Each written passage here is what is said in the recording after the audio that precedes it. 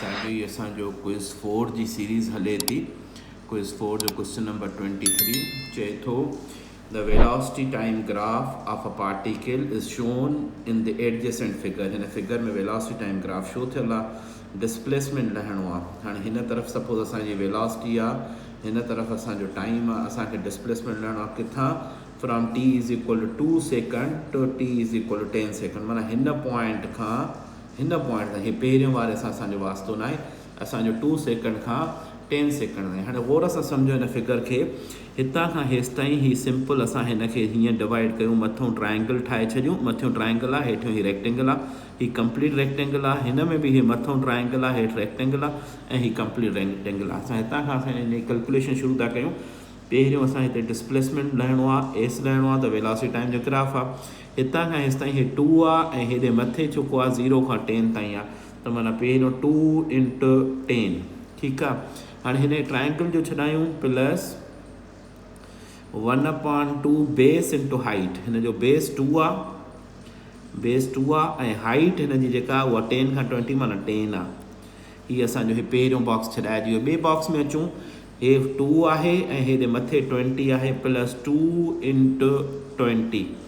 टे बॉक्स में अचूं, प्लस हितां खां हेसि ताईं हे 2 आहे, मल्टीप्लाई हिन जो हेसि ताईं मथे ताईं वञो, हे 20 आहे हेसि ताईं, प्लस में हाणे मथियों ट्रायंगल वारो बॉक्स छॾायूं 1/2 BH। 1/2 बेस जो वैल्यू असांजो हितां खां हेसि ताईं 2 आहे, ऐं हाइट असांजी जेका आहे उहा 20 खां 30 ताईं माना 10 थी वई। क्लियर था? अॻिते हलूं, प्लस ही 8 खां 10 ताईं 2 मल्टीप्लाई हीअ हाइट जेको आहे उहा 30 आहे। हाणे हिन टोटल समअप छॾायूं असां, त एस बराबर 2 × 10 बिकम 20, प्लस हे 2 हिन 2 सां कैंसिल आउट थी वियो, प्लस जो 10, प्लस 2 × 20 40, प्लस 2 × 20 40, ही 2 हिन 2 सां कैंसिल थी वियो, हे प्लस जो 10 थी वियो, प्लस 2 × 30 बिकम 60। सभिनी खे समअप कयूं असां त हे थींदो 60 प्लस 10 प्लस 40 110, 110 प्लस 40 माना 150, 150 and 30 180। Its answer is 180 meter. This is the right answer. This is the displacement, means option A is correct. Next question जी तरफ वञूं असां। ही next question आहे असांजो, the horizontal range of projectile fired at an angle of 15 degree is 50 meter। 15 degree ते माना 15 degree ते range half हूंदी आहे, 8 15 degree range is equal to 1/2 of R maximum range जो हाफ हूंदो आहे। हाणे जेकॾहिं असांखे मैक्सिमम रेंज खपे त 2 हिन तरफ़ मल्टीप्लाई थींदो, त आर मैक्सिमम, बिकॉज मैक्सिमम छो खपे, असांखां 45 डिग्री थो घुरे, 45 डिग्री ते आर मैक्सिमम थींदी आहे। R maximum is equal to 2 × R जेका गिवन आहे। सो 2 बाय क्रॉस मल्टीप्लिकेशन में हिन तरफ़ खणी आयासीं, 2 मल्टीप्लाई गिवन आर असांखे घणो मिलियल आहे 50। So R maximum is equal to असांजो 100 मीटर जवाबु ईंदो। हाणे सिंपल हिन सी ऑप्शन सही आहे। ॿीहर थोरो सम्झो, चए थो 15 ते रेंज 50 आहे, माना अधु रेंज 50 आहे, त फुल रेंज छा थींदी? हाफ रेंज 50 आहे त फुल रेंज 100 थींदी। हूअं बि वर्बल ॾेई पिया सघूं जवाबु, पर हिन फार्मूले सां असां हीउ जवाबु आयो। ही हाफ रेंज जेका 1/2 ऑफ मैक्सिमम रेंज थींदी आहे 15 डिग्री ते। 15 ते हुजे हा, या इहो ई प्रॉब्लम जेकॾहिं 75 ते हुजे हा, बि साॻे तरीक़े सां सॉल्व थिए हा। ही असांजो प्रॉब्लम आहे, a body is projected horizontally with velocity of 4√2 meter per second। त हाणे पहिरियों initial velocity v naught x which is equal to 4√2 metre per second. हाणे इनिशियल हुजे, फाइनल हुजे, हॉरिजॉन्टल वेलोसिटी सेम ई थींदी आहे। चए थो बॉल इज़ प्रोजेक्टेड हॉरिजॉन्टली, ईअं सम्झो हितां कोई बॉल असां हीअं फिटी कयो आहे, उहो हीअं थो किरे, मोकिलियोसीं हीअं horizontally which is equal to कहिड़ी वेलोसिटी सां, 4√2 सां। हेठि थींदो त हॉरिजॉन्टल वेलोसिटी बि थींदो, वर्टिकल बि। मथां किरण वक़्तु इनिशियल वर्टिकल वेलोसिटी छा अथसि? 0। टाइम असांखे ॿुधाए थो 0.7 सेकंड्स, ही टाइम ॿुधाई असांखे। चए थो जी जो वैल्यू तव्हां खणो 10 मीटर पर सेकंड स्क्वायर, हे जी जो वैल्यू थी वियो।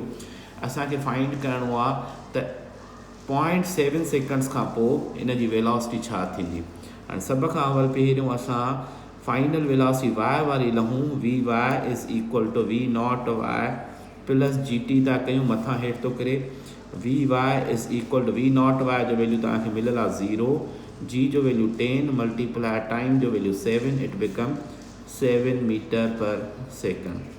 टोटल फाइनल वेलोसिटी लहणी आहे under root V X square plus V Y square थींदो आहे। So V is equal two under root V x त तव्हांखे मिलियल आहे 4 अंडर रूट 2 उनजो स्क्वायर प्लस वी वाई जो वैल्यू असांखे मिलियल आहे 7 उनजो square.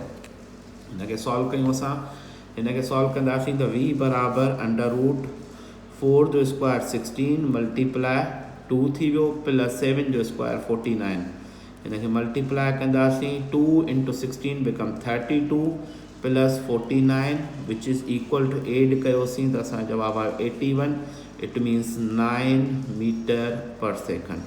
Final velocity of body after 0.7 seconds is 9 metre per second. It means हिन ही ऑप्शन करेक्ट आहे 9 metre per second. Next question की तरफ वञूं असां।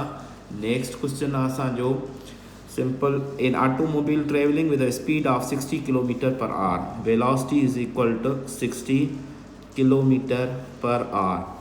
Can apply brake to stop within distance of S is equal to 20 metre. Stop माना final velocity असांजी 0 तो चवे, ये माना इनिशियल वेलोसिटी थी वही। If the car is going twice as fast as माना हाणे जेकॾहिं असां चाहियूं था त कार जी वेलोसिटी जेका 120 किलोमीटर पर आवर आहे माना डबल स्पीड आहे। चए थो द स्टॉपिंग डिस्टेंस इज़, हाणे स्टॉपिंग डिस्टेंस छा थींदो। हाणे कॉमन ॻाल्हि आहे, तव्हांखे ख़बर आहे इक्वेशन आहे 2as is equal to V F square minus V I square. Clear, माना हिन मां ज़ाहिर आहे जेकॾहिं फाइनल वेलोसिटी 0 आहे त डिस्प्लेसमेंट जेको आहे उहो डायरेक्टली प्रोपोर्शनल टू वेलोसिटी जो स्क्वायर आहे। हाणे जेकॾहिं वेलोसिटी डबल था कयूं त हे डबल ऑफ वेलोसिटी जो स्क्वायर कंदो त 4v स्क्वायर। माना आम जेका डिस्टेंस हुयो हिकु वेलोसिटी ते 60 ते सपोज स्टॉपिंग डिस्टेंस 20 हुयो त हाणे हिते घणो थी वेंदो 20 जो 4 टाइम्स माना 80 थी वेंदो। माना distance must be 4 multiply given 20 विच इज़ इक्वल टू 80 मीटर्स। माना हिन जो करेक्ट ऑप्शन थींदो उहो 80 मीटर्स थींदो। ही हिन जो करेक्ट ऑप्शन आहे छो जो distance directly proportional square of the velocity आहे। क्लियर, ही हिकिड़ो क्वेश्चन आहे। A body of mass 10 kilogram moving with constant velocity of 10 meter per second। हाँ initial velocity असांखे मिलल आहे 10 meter per second। When a constant force act for 4 seconds, time is equal to 4 seconds। ठीक है बाबा। It moves with velocity of 2 meter per second in opposite direction। समझने की कोशिश कयो, एक डायरेक्शन में पेर मूव करे पे फोर्स लगो अपोजिट डायरेक्शन में अची मूव कयो। माना final velocity is equal to 2 metre per second आहे पर कहिड़ी डायरेक्शन में, अपोजिट में। That's why we put here negative sign. The acceleration produce in it is, acceleration असांखे लहणी आहे या डेसेलरेशन लहणी आहे असांखे ख़बर आहे A is equal to V F minus V I upon T. ये एक्सेलरेशन जो फार्मूलो आहे। So A is equal to V F असांखे घणी मिलियल आहे -2 माइनस वी आई घणी मिलियल आहे असांखे 10 डिवाइडेड बाय टाइम मिलियल आहे 4। हिनखे सॉल्व कयोसीं -12 upon 4 which is equal to -3 metre per second square. So acceleration जो जेको राइट आंसर आहे उहो बी थींदो -3 metre per second square. Next question जी तरफ़ वञूं असां। ही सिंपल नेक्स्ट क्वेश्चन आहे। ही चए थो at the upper most point of a projectile. ही प्रोजेक्टाइल मोशन ठाहियूं था असां हीअं Y axis X axis, suppose this is projectile motion.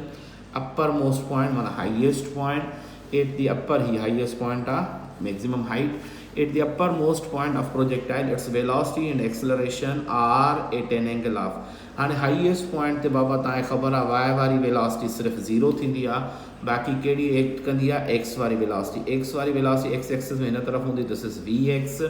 ऐं acceleration at an angle of acceleration due to gravity थींदी आहे जेका हमेशह हीअं डाउनवर्ड थींदी, this is ji.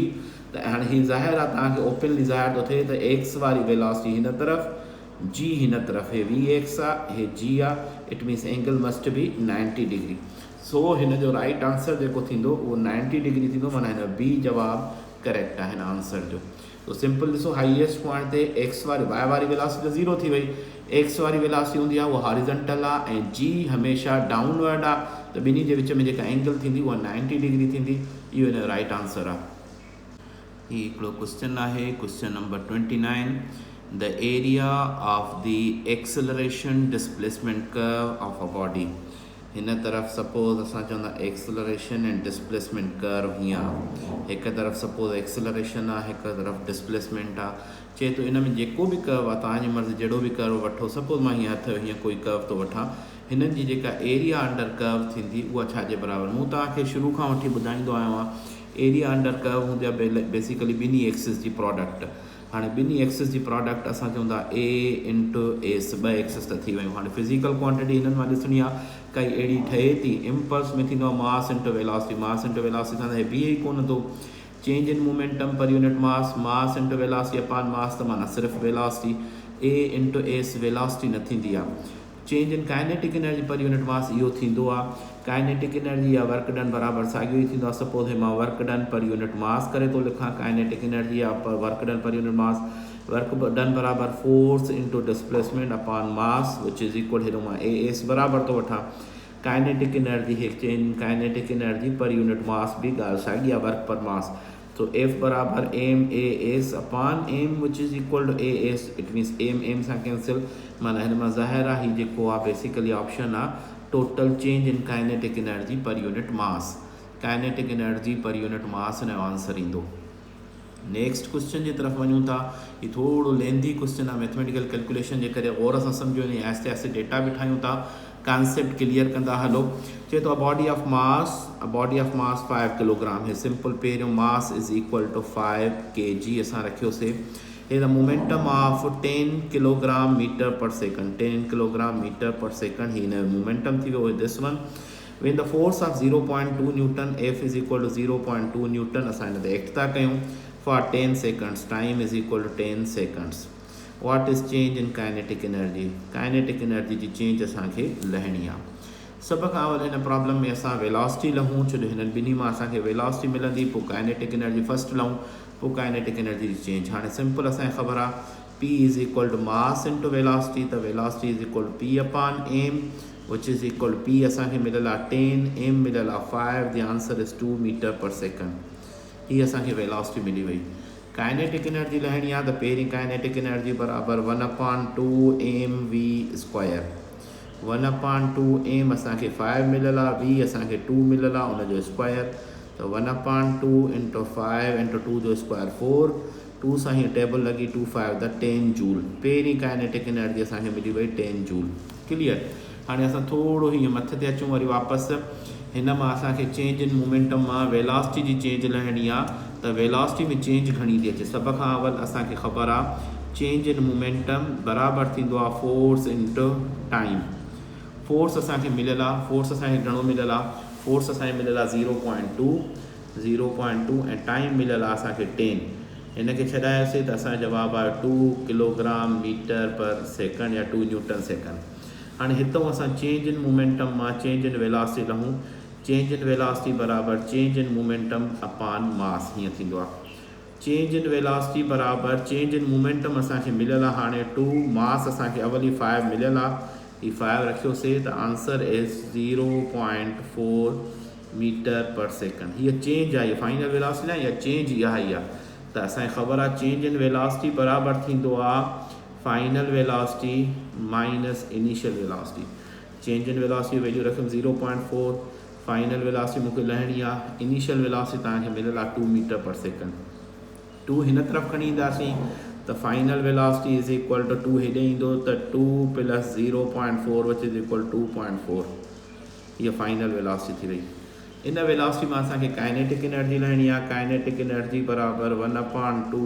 mv square 1/2 m जो वैल्यू 5 v जो वैल्यू आहे 2.4 उनजो स्क्वायर 1/2 मल्टीप्लाई 5 2.4 जो स्क्वायर असां कढंदासीं त 5.76 आंसर ईंदो 5.76 हिनखे 5 सां मल्टीप्लाई करे 2 सां डिवाइड कयोसीं त जवाबु आयो 14.4 जूल हीअ फाइनल काइनेटिक एनर्जी असांखे मिली वई पहिरीं काइनेटिक एनर्जी इनिशियल हुई हीअ फाइनल हाणे चेंज इन काइनेटिक एनर्जी बराबरि 14.4 minus 10 it become 4.4 जूल हीअ चेंज इन काइनेटिक एनर्जी जो असांजो आंसर अची वियो सो हिन डेटा जे हिसाब सां चेंज इन काइनेटिक एनर्जी जो आंसर जेको आहे उहो डी ऑप्शन करेक्ट आहे हीअ सॉल्यूशन आहे तव्हांजे साम्हूं तव्हां स्क्रीनशॉट वठी था सघोसि ही ॾिसो बाबा साॻी क्विज़ 4 जो 31 क्वेश्चन चए थो a bullet is fired from a rifle and the rifle requires bullet अॻिते फायर थी आहे राइफल रिक्वायल करे थी the kinetic energy of the rifle is common ॻाल्हि आहे काइनेटिक एनर्जी राइफल जी असां चऊं था बुलेट खां घटि बीहंदी मोमेंटम त कंज़र्व थींदो आहे मोमेंटम त सेम रहंदो आहे काइनेटिक एनर्जी बुलेट जी वधीक हूंदी छो जो हुनजी वेलोसिटी तमामु वधीक आहे ऐं जेका गन जी आहे रिक्वायर जी उहा घटि थींदी it means less than the kinetic energy of bullet जेकॾहिं बराबरि हुजे त ईअं सम्झो ॿिए खे असां गोली हणूं पाण खे तोब लॻी वञे काइनेटिक एनर्जी बराबरि न थींदी आहे बाक़ी छा हूंदो आहे मोमेंटम सेम थींदो आहे मोमेंटम बराबरि थींदो आहे less than kinetic energy of bullet इन जो आंसर थींदो नेक्स्ट क्वेश्चन जी तरफ़ हलूं था two spheres of mass of same size बि सेम आहे one have a mass of 5 kilogram and other has a mass of 50 gram 5 kilogram 50 gram हाणे मथों 5 किलोग्राम ऐं 50 ग्राम गिरे जी ॿिन्ही लाइ सेम थींदी एक्सलरेशन ॿिन्ही लाइ सेम थींदी बाक़ी शयूं जेके चए थो ॿुधायो त when they about to touch the ground they have the same कहिड़ी शइ सेम हूंदी आहे कॉमन ॻाल्हि आहे काइनेटिक एनर्जी मास डिपेंडेंट आहे 1/2 mv² मास डिफरेंट आहे त माना काइनेटिक एनर्जी सेम नथी थी सघे potential energy m g h आहे जॾहिं मास हुन में यूज़ थो थिए मास डिफरेंट आहिनि त पोटेंशियल एनर्जी सेम नथी थी सघे मोमेंटम बराबरि आहे मास इंटू वेलोसिटी मास डिफरेंट आहिनि त मोमेंटम सेम नथो थी सघे मथां किरण हा अलबत्ता एक्सेलरेशन सेम थींदी बिकॉज़ मथां हेठि किरण लाइ मास डिपेंडेंट न हूंदी आहे एक्सेलरेशन जी जे बराबरि थींदी आहे जेका 9.8 मीटर पर सेकेंड स्क्वायर थींदी आहे भले 1 किलोग्राम हुजे या 1 ग्राम हुजे जी ॿिन्ही लाइ सेम थींदी आहे सो हिन जो आंसर जेको थींदो उहो एक्सेलरेशन थींदो ही क्वेश्चन थोरो सम्झो चए थो what time will take a freely falling body on moon freely falling body जेकॾहिं चंड ते हेठि किरे थी when it takes t time to fall on the earth हाणे चए थो ज़मीन ते किरण वक़्तु टाइम जेको आहे हिनखे टी थो लॻे त ॿुधायो चंड ते घणो लॻंदो सपोज़ असां अर्थ लाइ इक्वेशन ठाहींदा दिस इज़ अर्थ लाइ and this is for moon लाइ था ठाहियूं ॾिसूं असां छा थो थिए हाणे चए थो मून ते हुजे अर्थ ते हुजे चए थो सेम हाइट तां किरे त टाइम केतिरो लॻंदो सभ खां अवल हाइट सां रिलेटेड मथां फ्रीली फॉलिंग इनिशियल वेलोसिटी 0 वठूं त 1/2 GT² थींदो आहे हितां मूंखे टाइम जो फार्मूलो खपे त T² बराबरि 2 हिन तरफ़ हलियो वेंदो त हीअ थी वेंदो 2H/G नाउ जेकॾहिं छड़ो टी खपे ज़मीन वारी टी त √2H/G थी वियो हीअ थी वियो अर्थ ते असांजो टी नाउ मून ते अचूं मून ते बि फार्मूलो त मां साॻियो ई थो रखां T बराबरि √2H/G but here G is equal to G on moon is equal to G/6 on earth 6 times घटि थींदी आहे सो T on moon is equal to हीअ सम्झण जी कोशिशि कयो 2 साॻियो H साॻियो G साॻियो अपॉन G/6 थी वियो तव्हांखे ख़बर वारा डिवाइड वारो मल्टीप्लाई में वेंदो आहे उबतो थी वेंदो आहे त कैपिटल T बराबरि मां हिते ई सम्झायां थो 2H हिनखे उबतो करे रखियुमि 6/G थी वियो हाणे 6 खे मां अलॻि अंडर रूट में 2H/G खे अलॻि अंडर रूट में थो रखां या इज़ीली सॉल्व करे सघूं त T बराबरि √6 अलॻि करे छॾियुमि √2H/G अलॻि करे छॾियुमि हाणे गौर सां ॾिसो 2H/G हेॾां असां पढ़ी आया आहियूं उहो छाजे बराबरि आहे अर्थ वारी टी जे बराबरि आहे सो time period on moon is equal √6 times of time period on earth हिन जो करेक्ट आंसर जेको आहे उहो ही थींदो माना हिन जो करेक्ट आंसर जेको थींदो उहो ए थींदो हिन क्वेश्चन में ही करेक्ट आंसर आहे √6 ऑफ टी थैंक यू